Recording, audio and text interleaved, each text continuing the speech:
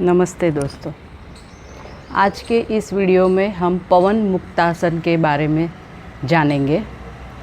जैसे मैंने पिछले वीडियो में आपको बताया था कि उत्तान पादासन के बाद एक आसन करना ज़रूरी होता है और वो है पवन मुक्तासन। पवन मुक्तासन उसके नाम से ही हमको पता चलता है कि हमारे पेट के अंदर मतलब हमारी जठर और हमारी आंतों के अंदर जो गैस जमा हुई है उसको दूर करने के लिए ये आसन किया जाता है।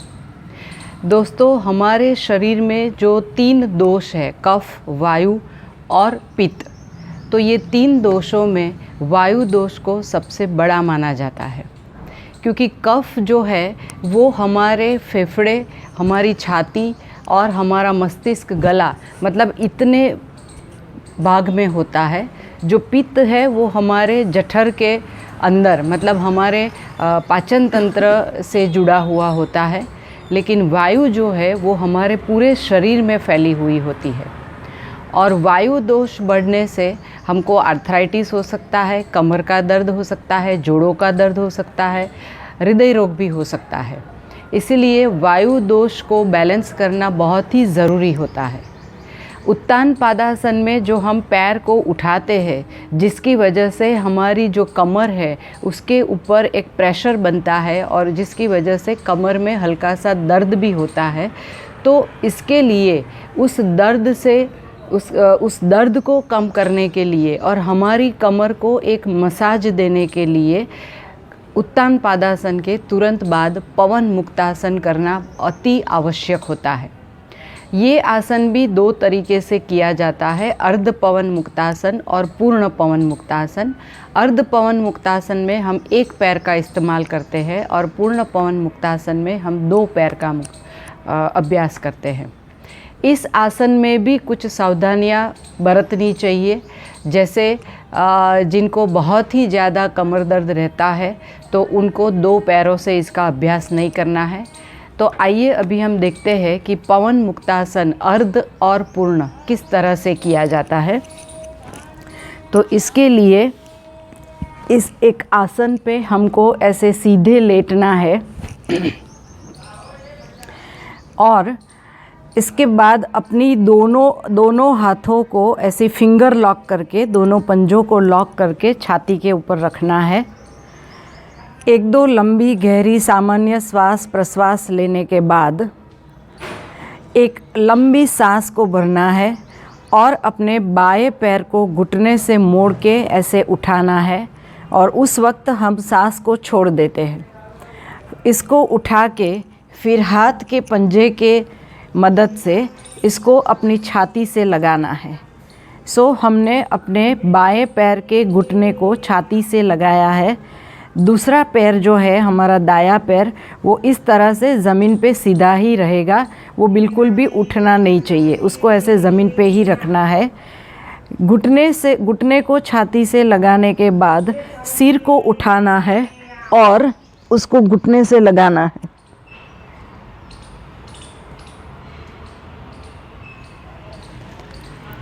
ये पूरी प्रक्रिया के दौरान आप सांस को अंदर भर के नहीं रख पाओगे, इसलिए सांस को भरना है। और जब आप पैर को उठा के उसका घुटना छाती से लगाते हो और अपना जो सिर है उसको उठा के घुटने से लगाते हो, उसमें आपने पूरी सांस को बाहर निकाल दिया है, मतलब आप बाह्य कुंभक करते हो। तो ये आसन जो है वो बाह्य कुंभक के साथ किया जाता है। अभी दूसरे पैर से सांस को छोड़ा, घुटने को छाती से लगाया, दूसरा पैर सीधा ही रहना चाहिए, ज़मीन से बिल्कुल सटा हुआ, और उसके बाद सिर को उठाना है और घुटने से लगाना है।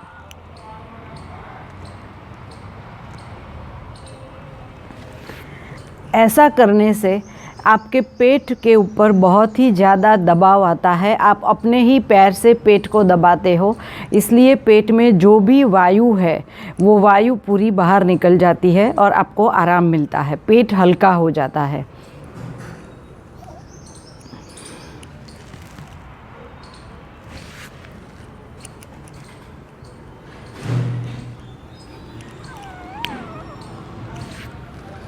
जिनको सर्वाइकल की तकलीफ़ है, या तो जिनको स्लिप डिस्क है, या फिर बहुत ही ज़्यादा कमर दर्द जिनको रहता है, उनको सिर बिल्कुल उठाना नहीं है। वो सिर को बिना उठाए ही ये आसन करेंगे।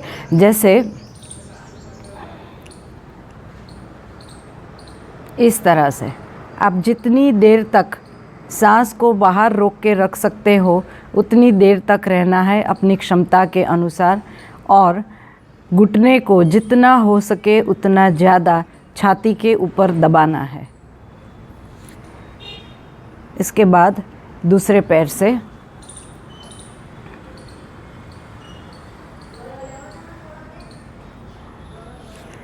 दोस्तों ऐसा करने से जो हमारा पैर जब हम उसको मुड़ के छाती की तरफ उसको प्रेशर देते हैं तो जिनको साइटिका का दर्द रहता है उसमें भी बहुत ही ज़्यादा आराम मिलता है। अगर आप सिर को बिना उठाए करते हो तो ऐसी हर व्यक्ति जिसको बहुत ही ज़्यादा कमर दर्द है, जिनको स्लिप डिस्क का प्रॉब्लम है या साइटिका का प्रॉब्लम है, उनको बहुत ही ज़्यादा आराम मिलता है।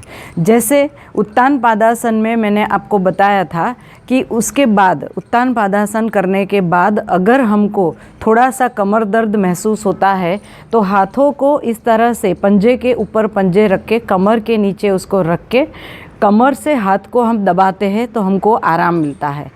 इस आसन में हम घुटने से कमर को दबाते हैं, इसलिए उत्तान पादासन के तुरंत बाद ये आसन करना चाहिए। सो उत्तान पादासन से जो कमर में हल्का सा दर्द जो होता है वो हमारा दूर हो जाता है, क्योंकि कमर के ऊपर हम ऊपर से ऐसा प्रेशर डालते हैं तो जिसकी वजह से कमर दर्द में हमको बहुत ही ज़्यादा आराम मिलता है।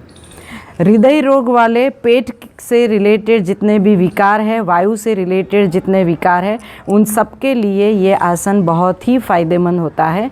अभी हम पूर्ण पवन मुक्तासन करेंगे जिसमें दोनों पैरों को उठाना है, सांस को बाहर निकाल देना है और दोनों पैर को घुटनों से मोड़ के फिर हाथों से दोनों घुटनों को छाती से दबाना है। इस तरह से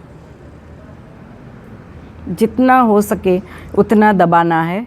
जो साधक बिल्कुल स्वस्थ है, जिनको कमर दर्द या स्लिप डिस्क या तो हृदय रोग की कोई तकलीफ़ नहीं है, वो अपना सिर भी उठा के घुटनों से लगा सकते हैं।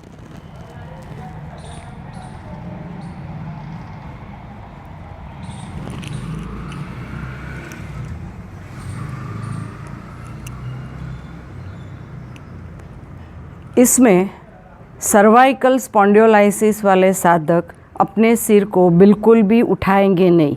वो अर्ध पवन मुक्तासन करे या पूर्ण पवन मुक्तासन करे, उनको सिर को नीचे ही रखना है।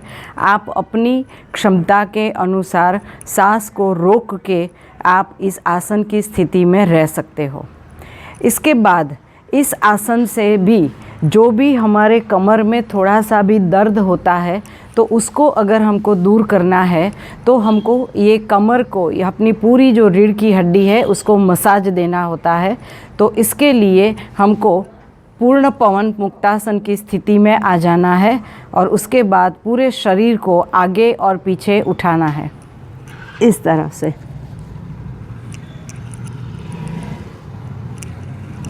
इससे हमारी रीढ़ की हड्डी को मसाज मिलता है। इसी तरह से आप दाएं और बाएं भी अपने शरीर को रोल कर सकते हो। जैसे